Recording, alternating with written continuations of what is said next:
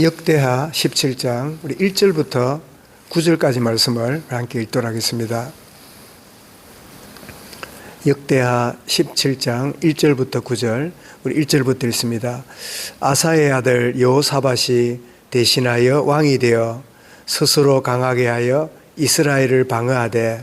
유다 모든 견고한 성읍에 군대를 주둔시키고 또 유다 땅과 그의 아버지 아사가 정복한 에브라임 성읍들의 영문을 두었더라. 여호와께서 여호사밧과 함께 하셨으니 이는 그가 그의 조상 다윗의 처음 길로 행하여 바알들에게 구하지 아니하고 오직 그의 아버지의 하나님께 구하며 그의 계명을 행하고 이스라엘의 행위를 따르지 아니하였음이라. 그러므로 여호와께서 나라를 그의 손에 견고하게 하심에 유다 무리가 여호사밧에게 예물을 드렸으므로 그가 부귀와 영광을 크게 떨쳤더라. 그가 전심으로 여호와의 길을 걸어 산당들과 아세라 목상들도 유다에서 제거하였더라. 그가 왕위에 있은 지 3년에 그의 방백들 벤하일과 오바댜와 스가랴와 느다엘과 비가야를 보내어 유다 성읍 여러 성읍에 가서 가르치게 하고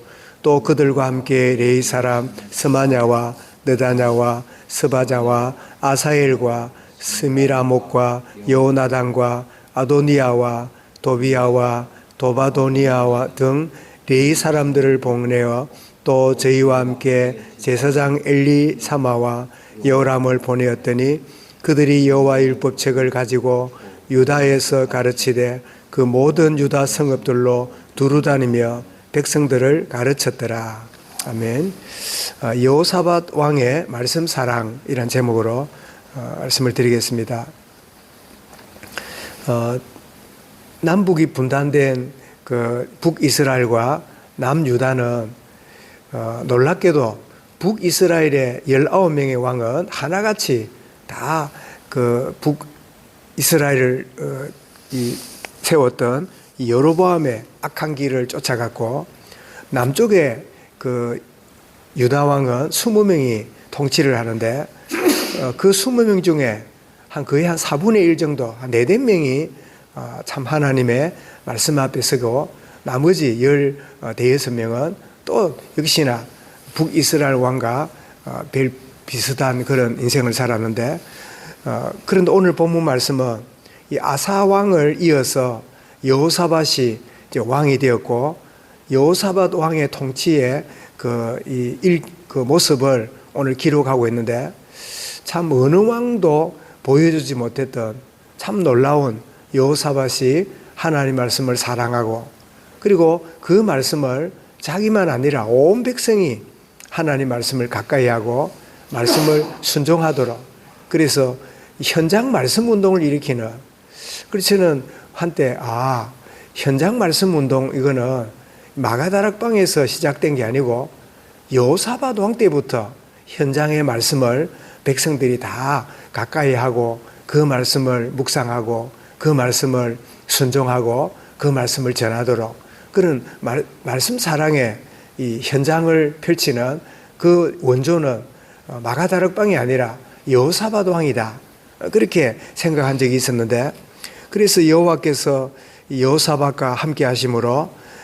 참 형통한 복을 누리는데 그 3절에 보니까 바알신을 제거하고 그리고는 이 다윗의 길을 말씀 순종하는 길을 걸어갔고 하나님께 기도하고 그리고 하나님 말씀을 철저하게 순종하는 그런 개인적인 이 말씀을 순종하며 나아갈 뿐 아니라 더 나아가서 이 여호와께서 나라를 견고하게 하고 함께 하시는 이런 축복을 참 누리게 되니까 이 은혜를 받은 이 여호사밧이 오히려 형통할 때 또 자만에 빠지고 또 이 교만에 빠지는 그런 왕들과 달리 하나님이 견고하게 하고 은혜를 주시니까 이 은혜에 감격하여서 온 백성들에게도 이 말씀을 잘 가까이 하도록 그래서 신하들을 전국에 보내가지고 말씀을 가르치고 행하도록 가르치는데 이때 당시는 지금처럼 성경이 인쇄가 돼가지고 개개인에게 손에 있는 책이 아니라 이 양피지로 만든 두루마리로 된 이 모세오경이 주로 하나님의 말씀이었겠지요. 그러니까 이거는 큰 기족이나 큰 재벌을 아니면 가질 수 없는, 그러니까 성경을 누가 들려주면 들을 뿐이지 자기가 가지고 있고 언제든지 펼쳐볼 수 있는 그런 시대가 아니니까 백성들이 그냥 뭐 안식일 날 가서 성막에 메시지 듣고 또 이렇게 그 들은 거를 나누고 부모님이 먼저 배워가지고 자식들에게 그 말씀을 전달하고 그 정도의 그 말씀을 가까이 할 수밖에 없었는데, 그러니까 이 여호사밧 왕이 이 신하들과 레위인들, 제사장 모든 이 말씀을 전할 수 있는 이 말씀 사역자들을 온 전국에 보내가지고 마을마다 곳곳마다 다 거기에서 사람들이 모여지면 정확하게 그 말씀을 읽어주고 뜻을 풀이해주고, 그렇게 해서 온 백성들이 말씀을 행하고 순종하도록. 그래서 9절에 보니까 그들이 이제 말씀을 이제 전달하는 사역자들이죠. 여호와의 율법책을 가지고 유다에게 가르치되 그 모든 백성 유다 성읍들로 두루다니며 백성들을 가르쳤더라. 꼭 두루다니며 사도행전에 성령 받았던 제자들이 온 지역을 두루다니면서 그리스도의 복음을 전한 것처럼 이렇게 여호사밧 시대에 말씀의 사역자를 훈련시켜 가지고 그들이 온 백성들에게 말씀이 스며들 수 있도록 이렇게 말씀 사랑의 모습을 보게 되는데, 그래서 우리 교회가 표를 잡고 있는 복음 체험, 기도 행복으로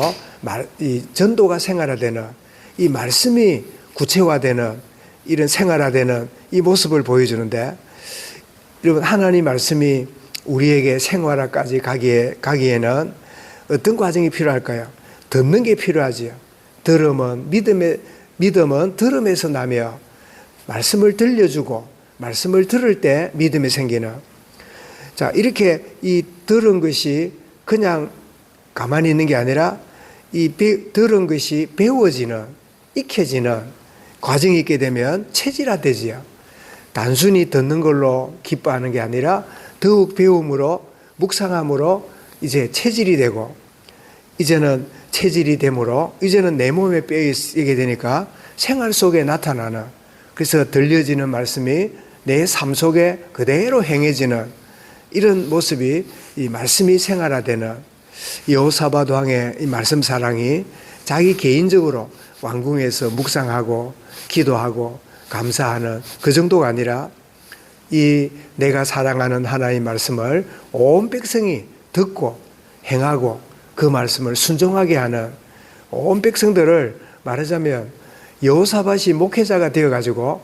자기 유다라고 하는 나라가 교회가 되어서 온 교회가 다 말씀을 순종하고 말씀을 사랑하고 붙잡고 나가는 이 일에 참 쓰임받은 여호사밧 왕처럼 우리가 누굽니까? 우리가 왕 같은 제사장이고 거룩한 나라고 하나님 택한 존재고 그런 자인데, 그렇구나, 내게 주어진 가정, 내게 준 현장, 내게 만나지는 모든 곳에 하나님이 나를 정말 여호사밧 왕처럼 왕으로 나를 세웠다. 다른 의미가 아니라, 세상적인 의미가 아니라 하나님이 내게 임하신 말씀의 은혜가 나를 통하여 다른 사람들에게 전달되는. 그래서 이번 주 우리 말씀을 받을 때 그 아내가 죽은 다음에 매장지를 그 지역 사람들에게 구하면서 나는 나그네고 나는 거류자입니다, 그렇게 말이지만 그 백성들은 아닙니다. 당신은 하나님이 세운 지도자입니다. 하나님이 당신을 참 귀하게 보시고, 당신은 그렇게 생각할지 몰라도 우리가 볼 때는 당신은 우리의 지도자입니다. 우리의 왕입니다. 자기들의 정치적인 왕은 따로 있지만 정신적인 왕이 당신입니다. 이렇게 참 말하는 것을 보게 되면서 그렇구나, 여호사밧 왕이 자기가 말씀을 사랑하고 그 말씀을 순종하고 감사하는 정도로 끝나지 않고 모든 백성에게도 이 말씀이 참 들려지고 참 익히고 생활화되도록 만드는 이런 일을 참 보게 될 때 하나님이 더 그 여호사밧을 참 귀하게 여기고 견고하게 하신 은혜를 주신 것처럼 우리도 오늘 하루를 우리의 생애가 그냥 내 믿음 지키고 내 은혜 가운데 살다가 인생 사는 게 아니라 나로 말미암아 나를 참 하나님이 세운 지도자로 왕 같은 제사장으로 나를 현장에 살게 하시는데 그곳에서 하나님 내게 임한 은혜의 물결이 내게 임한 은혜의 빛이 흘러나가고 다른 사람에게 영향을 주는 그런 참된 축복의 은혜 가운데 나아가도록 하나님 함께 하시고 은혜를 다해 주시고 내게 임한 주의 은혜가 참 이 생명수의 이 물이 흘러나가는 참된 복을 누리는 하루가 되게 하여 주옵소서. 말씀을 마음에 담고 우리 함께 기도하겠습니다.